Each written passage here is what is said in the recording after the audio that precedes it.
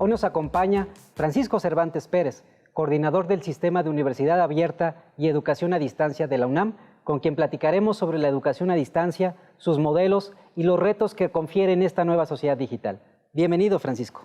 Hola, Germán, muchas gracias por la invitación. Al contrario, gracias por estar con nosotros. Amigos, para conocer más sobre la historia de Francisco Cervantes y cómo se ha convertido en un experto en educación a distancia, los invitamos a ver esta breve semblanza. Francisco Cervantes Pérez es titular de la Coordinación de Universidad Abierta y Educación a Distancia de la UNAM, dependiente de la Secretaría de Desarrollo Institucional. Esta institución promueve la equidad y amplía la cobertura de la educación superior pública de calidad, apoya a las escuelas, facultades y entidades académicas para que ofrezcan programas en modalidad abierta y a distancia a través del e-learning, educación en línea, educación virtual. Él estudió Ingeniería Mecánica y Eléctrica, así como la maestría en Ingeniería Eléctrica en UNAM, y obtuvo el grado de doctor en Ciencias de la Computación y de la Información de la Universidad de Massachusetts en Amherst, en Estados Unidos. En septiembre de 2013 fue distinguido con el doctorado honoris causa por la Universidad Católica Los Ángeles de Chimbote, Perú, y en mayo de 2016 por la Universidad Virtual del Estado de Michoacán, UNIVIM. En agosto de 2017, el Instituto Latinoamericano de la Comunicación Educativa, ILCE, y la Unión de Universidades de América Latina y el Caribe, UDUAL, le otorgaron un reconocimiento por su trayectoria académica y contribuciones a la educación a distancia en México y en América Latina.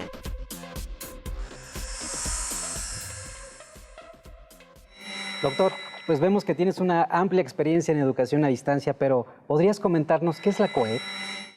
Mira, la UNAM, desde hace ya mucho tiempo, hace 47 años, con una visión prospectiva del entonces rector, el doctor González Casanova, Pablo González Casanova, decidió que había que romper las fronteras del campus de la UNAM y poder permitir que personas que no pudieran ir a los salones de clase tuvieran la oportunidad de obtener una formación universitaria. Se forma su origen como un sistema universidad abierta, que está compuesto por varios pilares. En realidad hay 4 pilares que lo componen, que es las entidades académicas, que son las que generan la oferta educativa, la parte de un consejo asesor o unos consejos académicos que aseguran la calidad de los servicios educativos, tecnológicos, administrativos que sustentan la educación no presencial.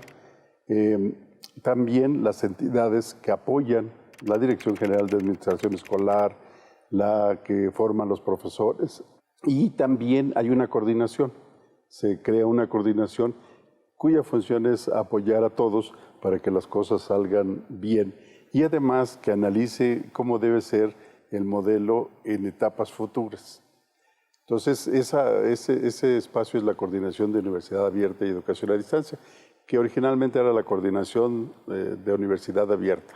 Del SUAYET, me parece que era del SUA. SUA. Y después, con el avance de las tecnologías digitales, se va integrando la educación a distancia y en 2005 se ofrecen las primeras carreras en modalidad en línea.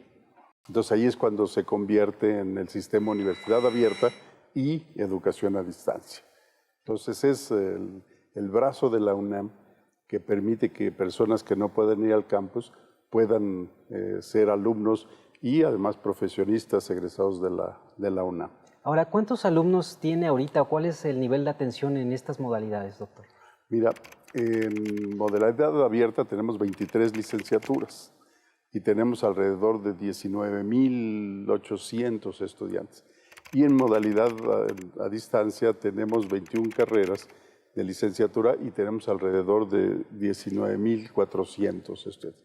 O sea, estamos alrededor de 40,000 estudiantes.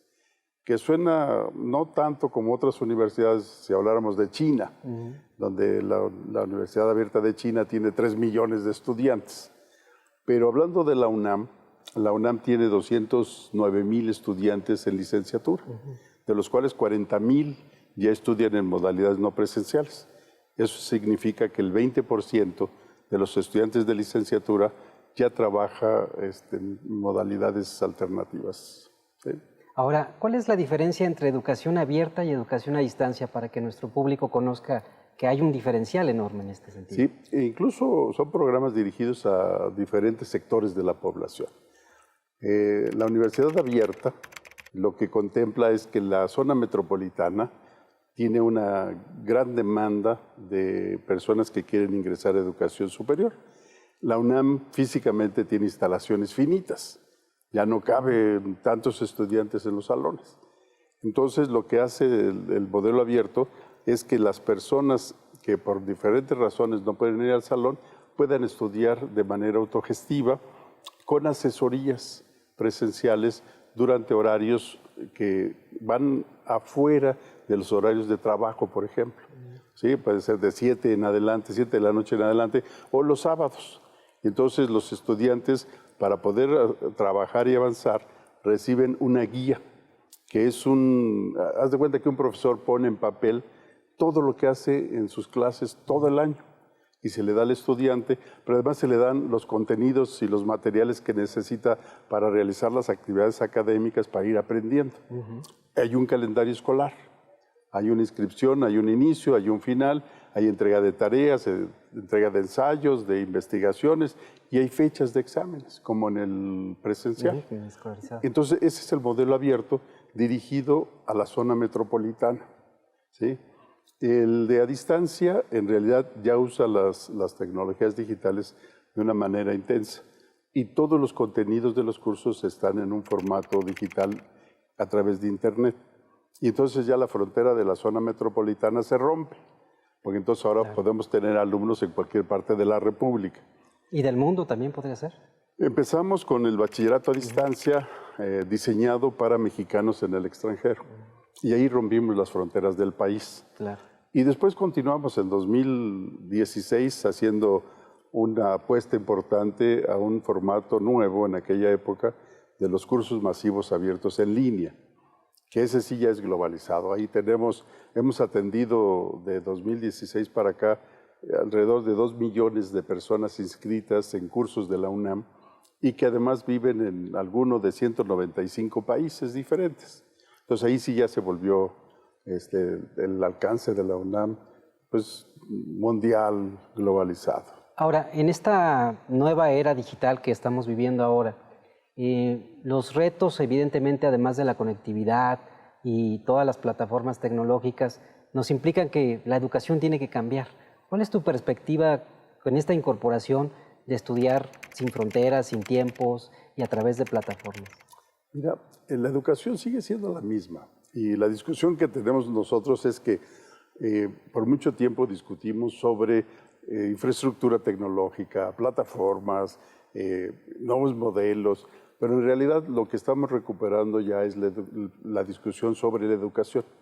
O sea, cómo debe ser la educación en el futuro que ya nos alcanzó. Y eso tiene que ver con la evolución de la sociedad. Empezamos con una sociedad de los datos, en donde empezamos a generar datos de manera más acelerada. Luego aceptamos que los datos conllevan a nueva información. Entonces empezamos a hablar de la sociedad de la información. Y luego alguien se dio cuenta que la información solita no sirve si no genera nuevo conocimiento. Entonces empezamos a hablar de la sociedad del conocimiento. Y luego nos dimos cuenta que el conocimiento, si no se utiliza, si no se incorpora al acervo cognitivo de las personas o de la sociedad, pues tampoco es muy útil. Entonces estamos hablando actualmente de la sociedad del aprendizaje. Y la sociedad del aprendizaje, uno de mis estudiantes del área de comunicación le pedimos que la caracterizara. Y a lo que llegó al final de su tesis de maestría es que la sociedad del aprendizaje es cuando la comunicación entre las personas o entre personas y máquinas está mediada por el aprendizaje. O sea, cada vez que tú te comunicas con alguien, aprendes algo. Si no, es pérdida de tiempo. ¿Okay?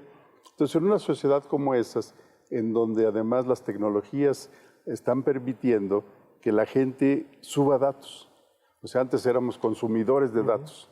No, ahora todos subimos Datos de una sola fotografías. vía. Sí, ahora es doble vía. Subimos fotografías, subimos qué comemos, subimos dónde vamos.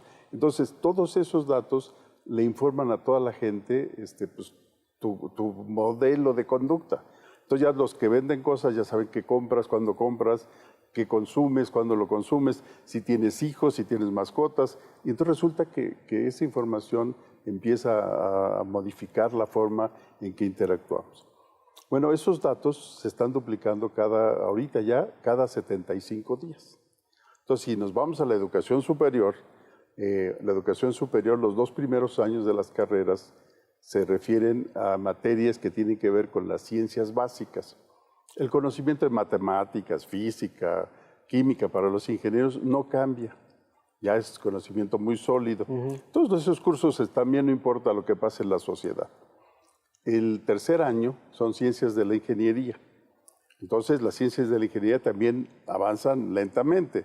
Entonces, un semestre va a seguir siendo válido todo lo que hagamos para preparar un curso.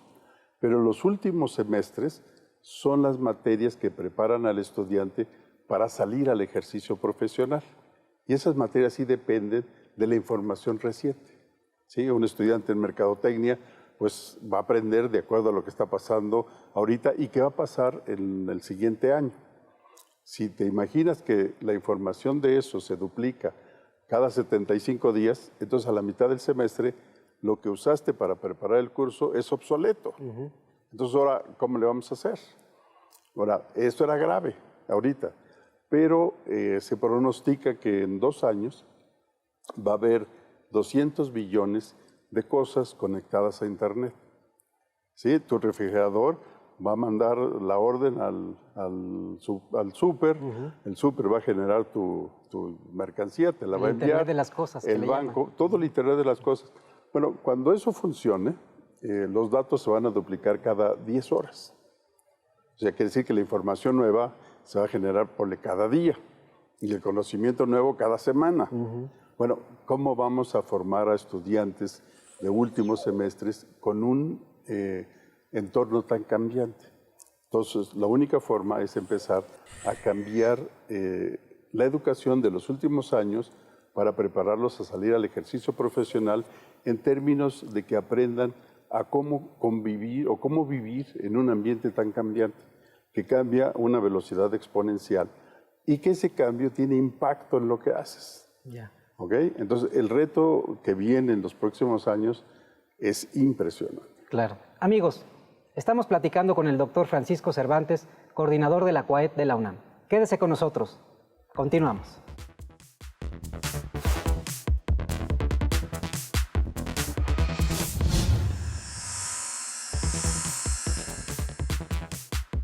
Amigos, estamos platicando con el doctor Francisco Cervantes, coordinador de la CUAED de la UNAM. Francisco, ¿cuál es el perfil que los alumnos que buscan ingresar a la educación abierta o a distancia necesitan tener para ingresar a estas modalidades? Mira, en realidad los perfiles de los estudiantes es el que tienen. No hay manera de cambiárselos, sobre todo en un sistema educativo como el nuestro, en donde los bachilleratos, los diferentes modelos y esquemas de estudio, pues son creo que 400. Todo lo que llega a las instituciones de educación superior es de todo, de chile y de manteca, ¿no?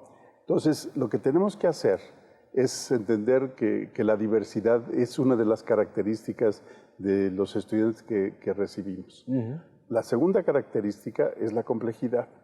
O sea, realmente la forma en que aprenden, la forma en que se comportan, las actitudes que han desarrollado, las habilidades que tienen, es tremendamente complejo.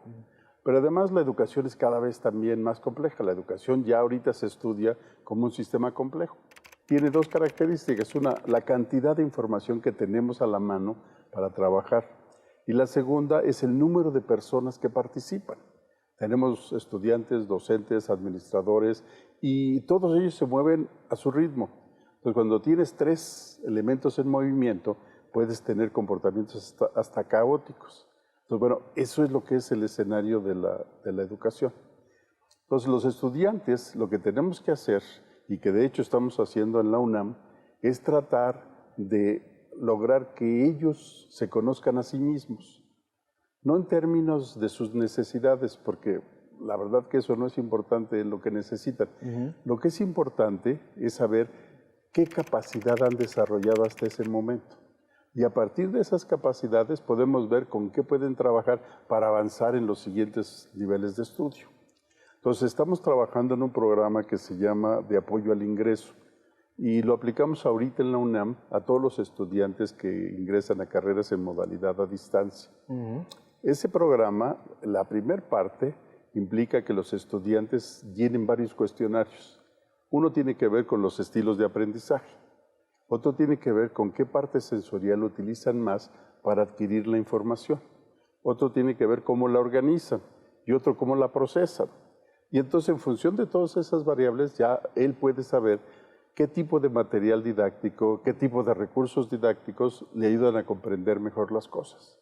Entonces, partimos del hecho de que si él se conoce mejor, va a poder guiarse o autoguiarse, autoorganizarse para poder tener un mejor desempeño académico. Ahora, pero supongo que además de tener estas nuevas habilidades, deben de tener ciertos conocimientos en Internet, comunicación, no sé, habilidades que hoy en día estamos viendo en este tema de ciudadanía digital, que no todos tenemos el mismo nivel de interactividad con el Internet, otros utilizamos mucho el Internet. ¿Cuál es más o menos el estándar que podríamos identificar? La segunda parte de este programa es cultura digital, pero es cultura digital para el aprendizaje. Los estudiantes, sobre todo los más jóvenes, tienen una cultura digital muy avanzada. Manejan cualquier dispositivo, se mueven bien en cualquier sistema de entretenimiento, pero para estudiar no están preparados. Entonces tenemos una parte de cultura digital para el aprendizaje. Luego hay habilidades que no tienen que ver con la tecnología o con la cultura digital y que si no las tienen, les va a ir mal, no importa en qué modalidad estudien. Sí, claro. ¿Sí? Por ejemplo, si no comprenden lo que leen, si no redactan bien sus ideas y si no argumentan para defender sus ideas, están perdidos, no importa la modalidad. Si no saben pensar de manera ordenada, sus matemáticas son las que ayudan a alambrar las neuronas para que uno sea ordenado. Y si no saben resolver problemas, también les va a ir muy mal. ¿Sí? Entonces nosotros lo que hacemos es les damos un curso sobre comprensión lectora, sobre redacción, sobre argumentación, sobre razonamiento lógico y sobre pensamiento computacional. O sea, sí hay unas habilidades transversales que deben de desarrollar y que tienen que tener un cierto nivel para poder tener un buen desempeño académico. El último componente que tiene este programa es que en la educación ya no solamente tenemos a los asesores para que nos expliquen. Ahora es más claro que los pares también pueden ayudar, pueden perjudicar también, ¿no? Yo me acuerdo que la oración de los ingenieros decía, Señor, no me pongas enfrente de un compañero que sabe y no dice, pero por favor quítame a los que no saben y sí dicen, ¿no? O sea, sí. Entonces, esta parte de aprendizaje entre pares es cada vez más importante. Entonces, también en este programa de apoyo al ingreso hay un curso sobre aprendizaje entre pares. Ahora, eso es la parte de habilidades que tienen que tener. Pero también en cada carrera hay mucha experiencia de las facultades en términos de, en el primer año, cuáles son los temas en lo que los estudiantes que ingresan tienen problemas. Entonces, lo que hacemos es preparamos un curso sobre conocimientos de la carrera. Por ejemplo, en medicina se llama el pre-med. Y lo que hicieron los médicos, porque su carrera es por años, en el primer año determinaron cuáles son los temas complicados. De los materiales del bachillerato a distancia, diseñamos actividades de aprendizaje para cada estudiante para que mejore su nivel en los antecedentes para poder entender esos temas. Entonces, si trabajamos con esta diversidad que llega y tratamos de que a cada uno le vamos dando lo que hace falta para llevarlo a un nivel en el que todos arranquen bien, pues ya estamos más cerca de que ellos se preparen para ser exitosos. Ahora, comentas tú sobre el perfil de los alumnos, pero también yo creo, y me gustaría conocer tu experiencia sobre el perfil de los docentes, porque evidentemente hemos transitado de una docencia en clase con otro tipo de herramientas, y este tránsito, pues muchos son migrantes y algunos ya son nativos en esta era digital y pueden convivir. Pero ¿cómo podemos hacer esta congregación de generaciones en los profesores sobre todo? Mira, la UNAM tiene una preocupación. No, más, alguien me preguntaba que por qué traía mi libro. Le dije, no, es que voy leyendo.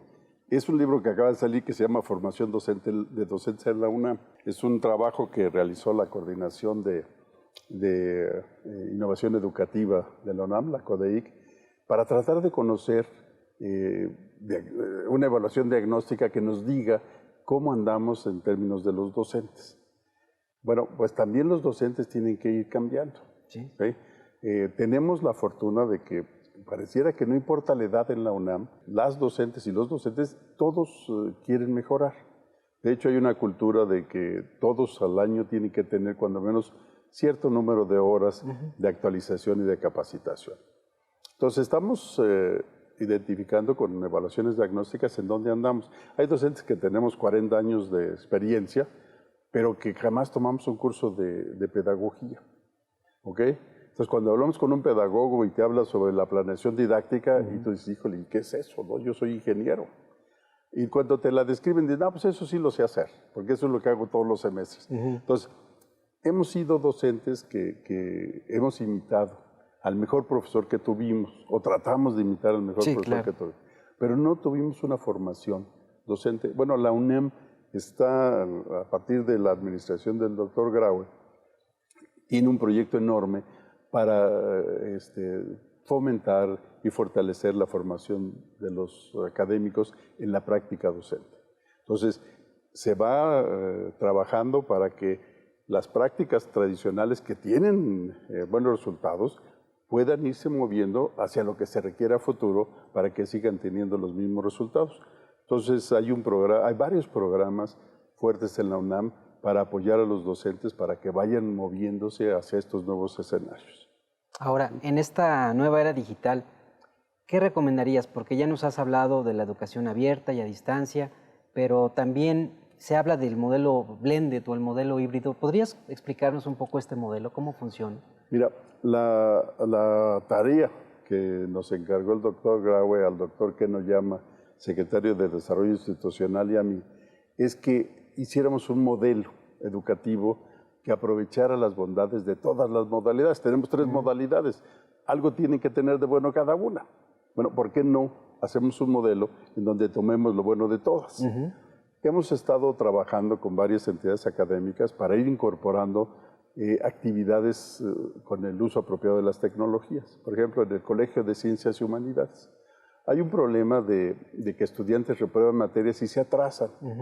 Entonces, lo que hicimos fue, utilizando los contenidos del bachillerato a distancia, diseñar cursos con los temarios del CCH para que hubiera cursos intersemestrales en línea. Y al principio hay la desconfianza de, oye, nosotros no hacemos eso, ¿qué va a pasar? Entonces, todo esto lo hacemos con una parte de investigación importante. Se hizo un diseño experimental. Un grupo de estudiantes que quieren aprobar una materia en un examen extraordinario. Entonces ellos entran directo al de matemáticas, el 20% de esos estudiantes aprueba el examen. Hubo un grupo experimental, le pusimos el curso en línea, entraron, lo llevaron y después presentaron el mismo examen extraordinario. Bueno, de este grupo el 54% aprobó el examen, pero con mejores calificaciones. Aprovecharon al máximo. Entonces mejoraron sus conocimientos porque les fue mejor en la calificación, pero además muchos más aprendieron lo que no habían aprendido y aprobaron su materia. Entonces empezamos a hacer esta mezcla de un modelo mixto en donde haya cursos en línea y cursos, además de los cursos presenciales. La otra cosa que estamos haciendo es poner contenido abierto. ¿Sí? Los materiales de los programas en línea los ponemos en unidades pequeñas y los ponemos en formato libre para los estudiantes de todas las modalidades y de todas las universidades.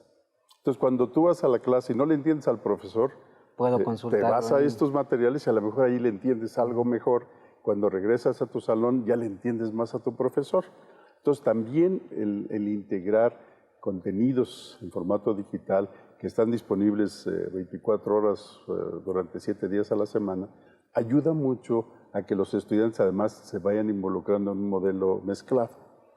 Ahora, estos modelos están dando como resultado un modelo en donde el fundamento son, por un lado, el uso apropiado de las tecnologías digitales, y el otro es lo que los pedagogos llaman el ethos, que en realidad es un conjunto de reglas que se van desarrollando de la interacción entre las personas de un ambiente común y en la cual todos estamos de acuerdo. Entonces, se ha ido generando un conjunto de reglas alrededor del SUAYED que ya todo el mundo aceptamos, maestros, estudiantes, administradores. Toda la comunidad. Entonces, eso da flexibilidad, te permite un sistema flexible, pero todo alrededor del aprendizaje de los estudiantes, ¿sí? Entonces, como que la preocupación es que los estudiantes aprendan. Como nos decía un profesor, yo ya me sé todo el temario, en los que tienen que aprender son ustedes. Y si aprenden, qué bueno, y si no, hasta el semestre que entra. Bueno, acá se trata de que todos aprendan y que podamos ir llevando el modelo a que podamos darle a cada estudiante lo que hace falta para que en función de la capacidad que tiene, desarrolle los conocimientos y las capacidades y las competencias que establece un programa de una materia. Qué interesante. ¿Sí? Tiene características interesantes. Te voy a contar lo que está haciendo la Facultad de Medicina. Ahora, en esta parte me parece que podemos todavía explotar más los modelos presenciales, híbridos. Si me permites, vamos a ir a un corte. Continuamos, amigos.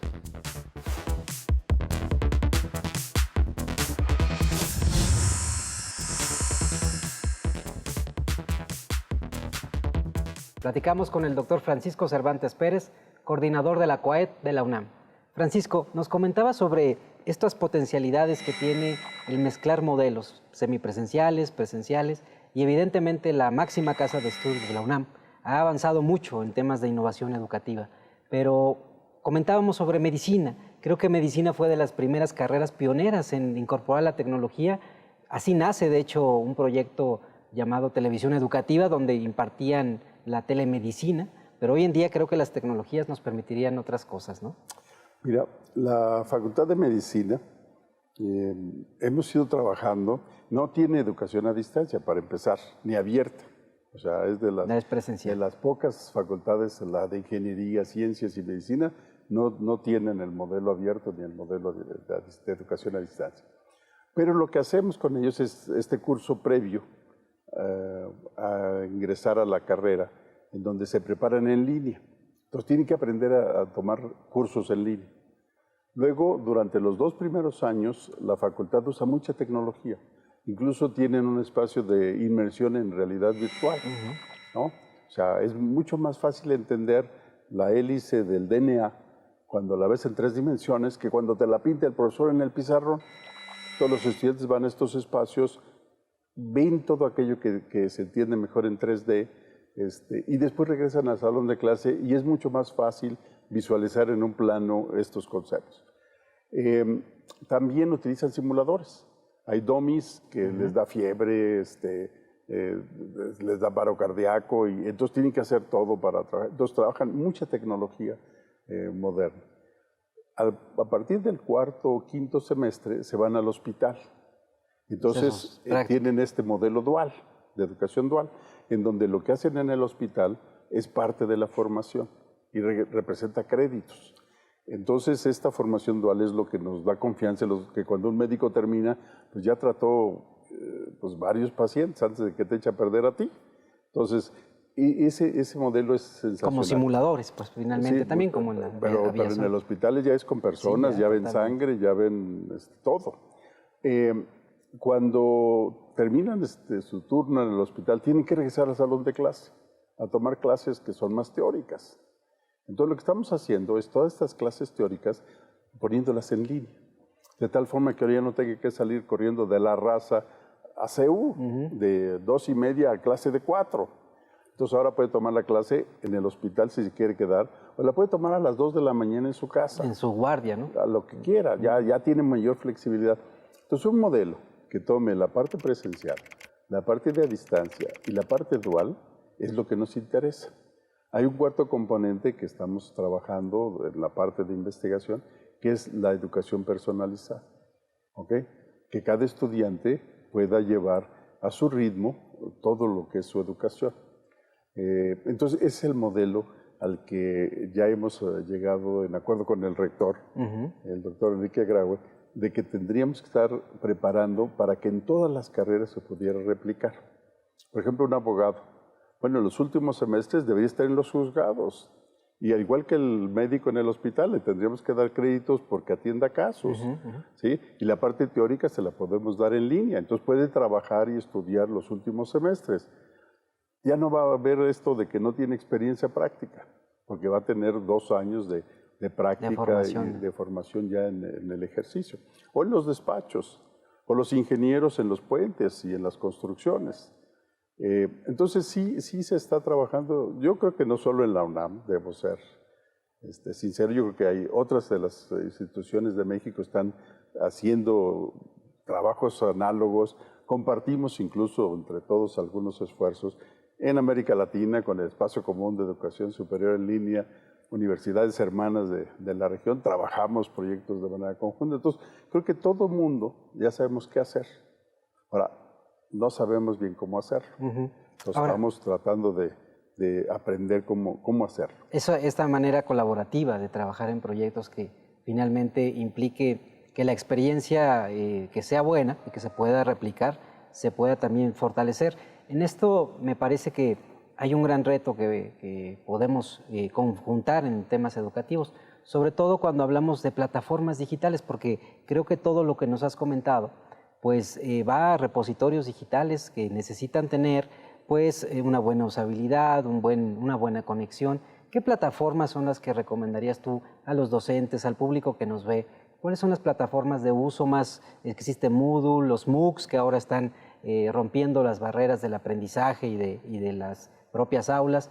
¿Qué recomendarías? ¿Qué plataformas son las que están trabajando? En realidad, todas las plataformas tienen que permitirte hacer lo mismo, que es llevar a cabo el proceso educativo.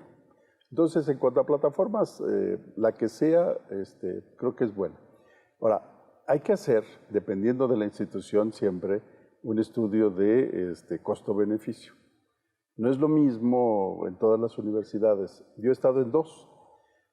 Fui rector de la Universidad Abierta y a Distancia de México. Ahí es un órgano desconcentrado que no tiene personalidad jurídica, tiene ciertas condiciones. Entonces hicimos un análisis costo-beneficio sobre qué tipo de plataforma deberíamos de utilizar. Todos defendemos siempre el software libre, y por supuesto que yo también. Pero a la hora de hacer las cuentas, para correr Moodle, que es el software libre, la universidad tenía que rentar servidores y servicios de telecomunicaciones. Y entre más alumnos tuvieras, pues más servidores y más... Entonces resultaba muy caro utilizar software libre. Hicimos el mismo análisis utilizando un software comercial, Blackboard, que tiene incluso no solo la parte del LMS, o el sistema que permite administrar el aprendizaje de los estudiantes, sino también otros módulos que permite hacer pronósticos de qué va a pasar con este estudiante si sigue trabajando, cómo va. Si sigue como va a reprobar, y si sigue como va a sacar 10. Entonces tú puedes como profesor ver a quién le pones más atención. Nos salía a menos de la mitad contratar un software comercial. ¿Sí? Bueno, cuando llego a la UNAM, por supuesto tenemos que hacer lo mismo. La UNAM tiene una infraestructura tecnológica, tiene conectividad, tiene mucho. Entonces resulta que el análisis de costo-beneficio, de cuánto había que invertir para poder hacer esto, pues era mucho más fácil usar software libre que contratar una licencia de un software comercial. Por lo tanto, en la UNAM usamos Moodle.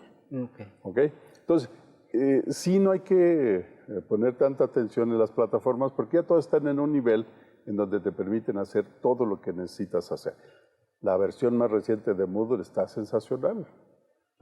Entonces, creo que la gente debe de dejar de preocuparse de las plataformas. Es más, son los contenidos y esa es la parte lo que importante. hacemos con esos contenidos. Así es. y lo que preparamos para que el docente pueda interactuar adecuadamente con los estudiantes, que los estudiantes puedan interactuar adecuadamente entre ellos, o sea, y que los administradores ayuden a que la parte académica florezca.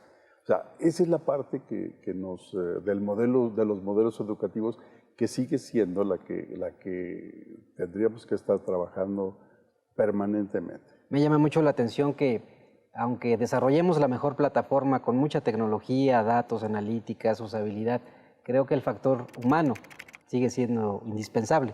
Además, tú has hecho también mucha investigación sobre la parte neurológica, lo que tiene que ver con cómo se comporta el individuo frente a la máquina o a la computadora, ¿no?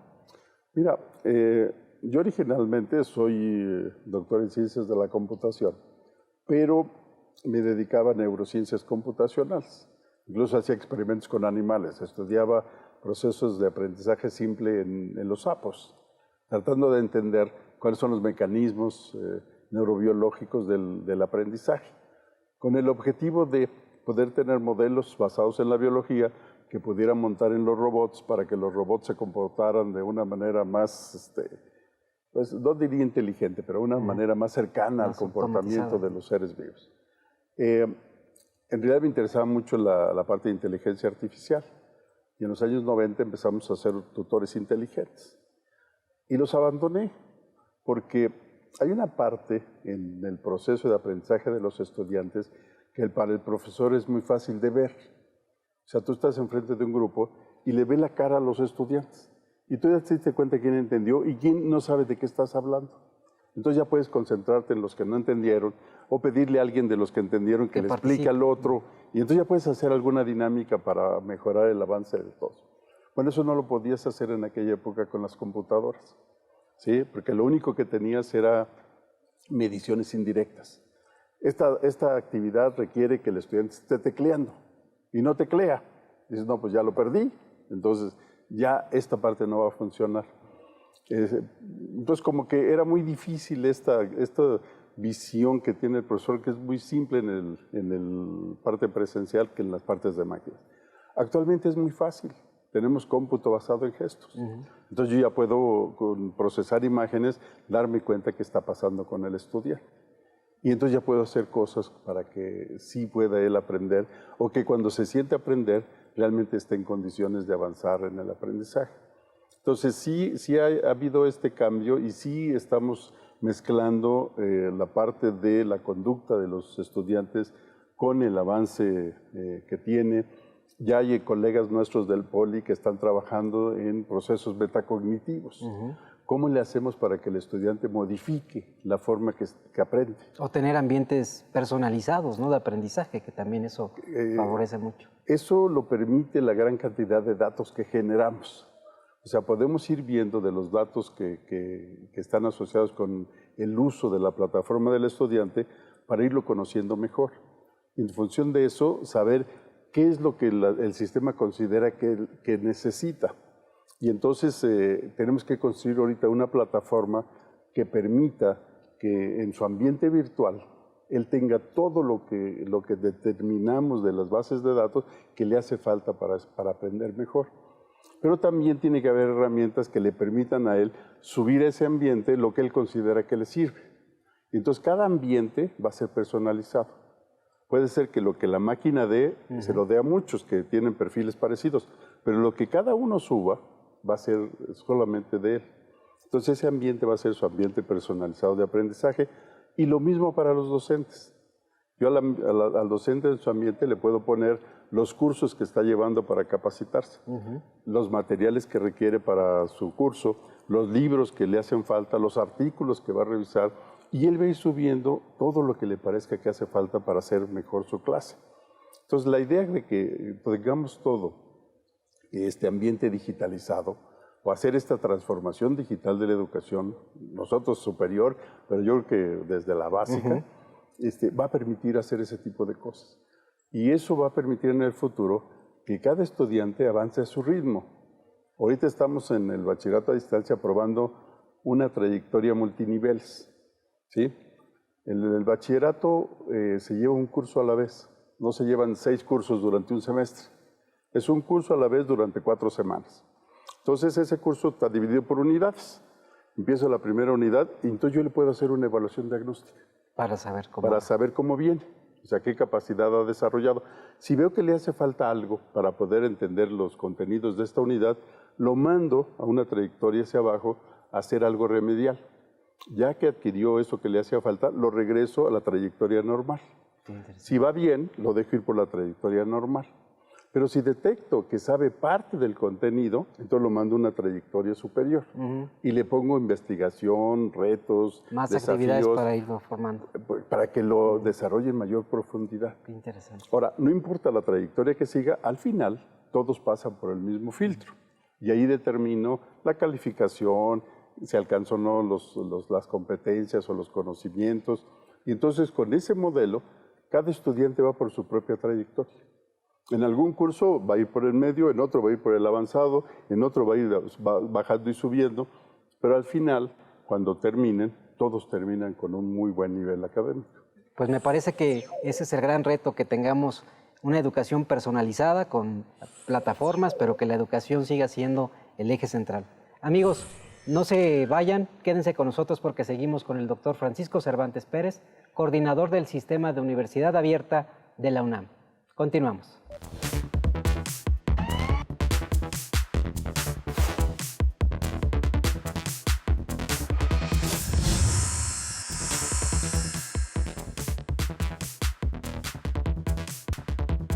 Amigos, estamos platicando con el doctor Francisco Cervantes, coordinador de la CUAED de la UNAM. Doctor, nos has comentado toda tu larga trayectoria y toda tu aportación que has hecho en la educación y precisamente en la educación abierta y en la educación a distancia. Tu perfil, pues me parece que tiene distintas características. Eres ingeniero, pero nos has hablado de pedagogía, nos has hablado de tecnología. Creo que tienes una amplia visión y formación ya con nuevas habilidades, pero además eres un gran hombre y constructor de instituciones, y curiosamente instituciones virtuales, como fue la Universidad Abierta y a Distancia, que es una universidad de la Secretaría de Educación Pública. ¿Nos podrías contar sobre la experiencia de haber creado este sistema? Mira, me tocó la suerte de que el secretario en turno, el doctor Fernando Serrano Migallón, me invitara, me habló ya a mi cubículo y me dijo que cuando me iba a tomar un café con él. Y yo pensé que íbamos a platicar y a tomar café y después me di cuenta que me estaba entrevistando. ¿No? Ya, sí. Así como que al final te das cuenta de que te están entrevistando. Y había un proyecto que arrancó en 2010 como un programa y que se convirtió en 2012 en la Universidad Abierta y a Distancia de México. Y para 2013 había cierta duda de que pudiera funcionar. Y entonces el subsecretario estaba buscando la opinión de personas para ver si el proyecto era rescatable y se podía realmente convertir en una opción. Yo debo decir que originalmente cuando se propuso la creación de este programa, yo fui de los que se opusieron a que se creara, porque había otro proyecto en el país que se llama el Espacio Común de Educación Superior a Distancia. Y ese proyecto daba para todo lo que decían que querían hacer. Pero cuando llegué con Fernando, nos dimos cuenta que sí era necesaria una institución de educación superior muy vinculada a la Secretaría de Educación Pública. Porque hay problemas nacionales que no pueden ser atendidos por las universidades públicas porque ya tienen demasiadas obligaciones que están cargando. Y una de ellas, por ejemplo, era la profesionalización del servidor público. Hay alrededor de creo que como 6 millones de servidores públicos en el país, pero siguen siendo muchas personas que requieren de formación académica y de capacitación y actualización, dados los cambios de la sociedad. Entonces, como que tener una institución que te permita impulsar eso era muy adecuado. Pero además, tenemos un problema de exclusión y de injusticia social. Entonces, tenemos alrededor de 2.457 municipios en el país, de los cuales solo 670 más o menos reciben la oportunidad de que sus jóvenes tengan acceso a educación superior presencial. Entonces, había retos que sí se podían atacar desde la Secretaría, teniendo una universidad que lo pudiera hacer. Entonces, definimos los objetivos de la institución y le empezamos a reorganizar. Y en 3 años logramos dejar la lista como una verdadera alternativa para el país. De hecho, diseñamos una carrera una licenciatura en servicio público, pero además aprovechando el conocimiento de los expertos de la Secretaría de la Función Pública. Entonces, ¿cómo deberíamos de formar a los servidores públicos en México? O sea, no para otros países, sino para las necesidades de nuestro país. También la idea de que fortaleciéramos a los maestros de educación básica y media superior, creando programas de posgrado que les permitieran tener un desarrollo profesional, ya de veras. Entonces se hizo la especialidad en la enseñanza de la historia con el INERM. Se hizo la maestría en matemática, en la enseñanza de las matemáticas, apoyados por los investigadores del CIMBESTAB. Y así, la idea era ir haciendo posgrados para los profesores del sistema educativo mexicano. También se buscó el poder ofrecer carreras que fueran pertinentes en comunidades rurales, en comunidades de los municipios originarios del país, las comunidades indígenas. También atender a los discapacitados o a los que presentan alguna discapacidad.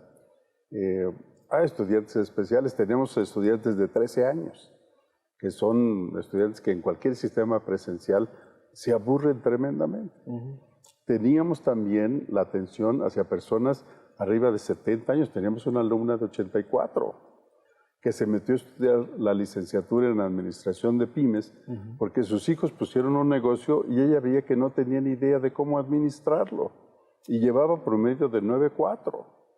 Entonces, todas esas bondades que tenía el modelo, en realidad era el planteamiento que discutimos Fernando Serrano y un servidor.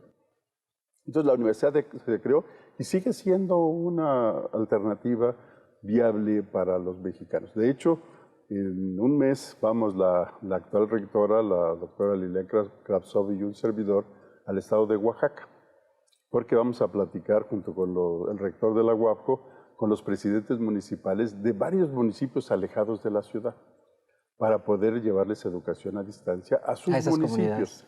Logras muchos objetivos. Primero, arraigas a los jóvenes en su lugar. Que no migren hacia otro lado. Que no vayan a la capital o a la capital del país.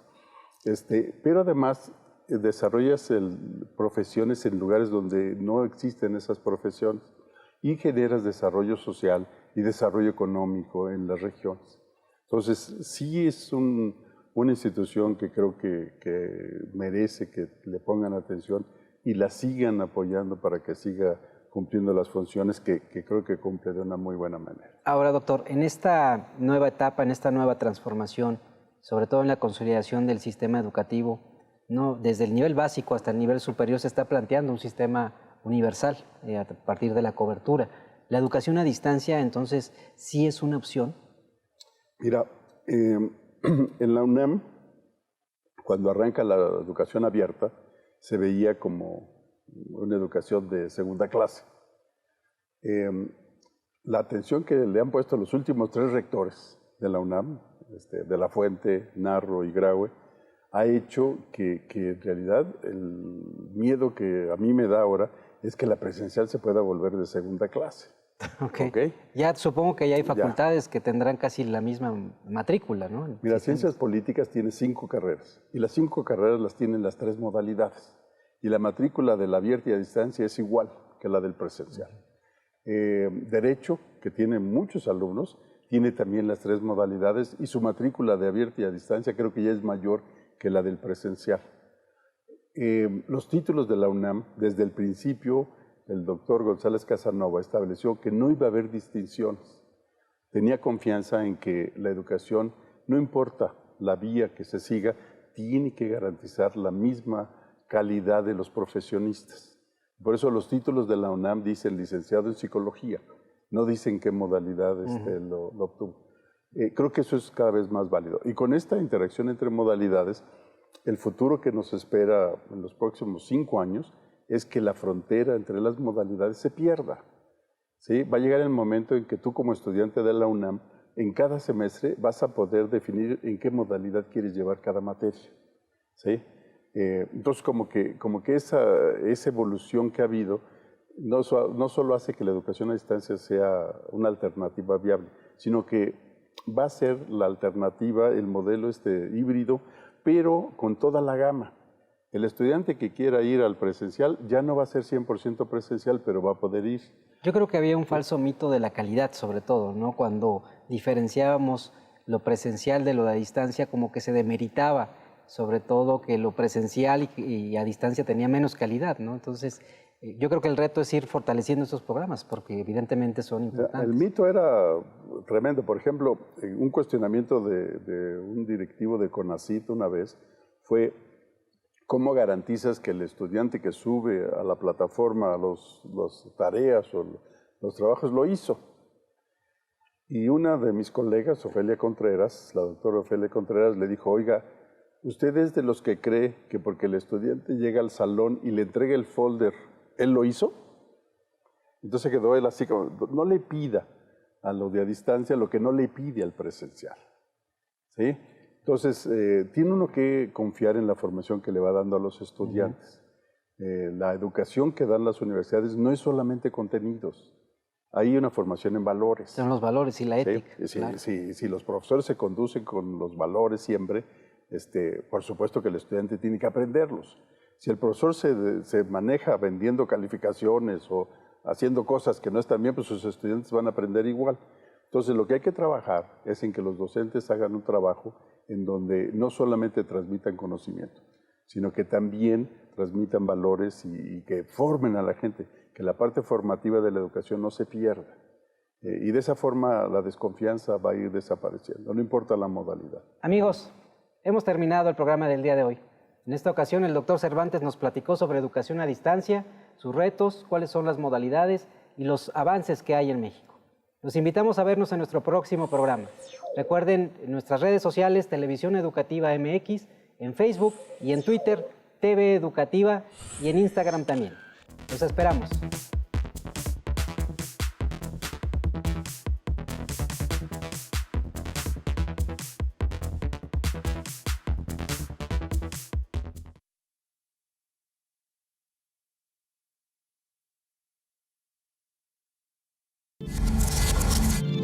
Televisión Educativa.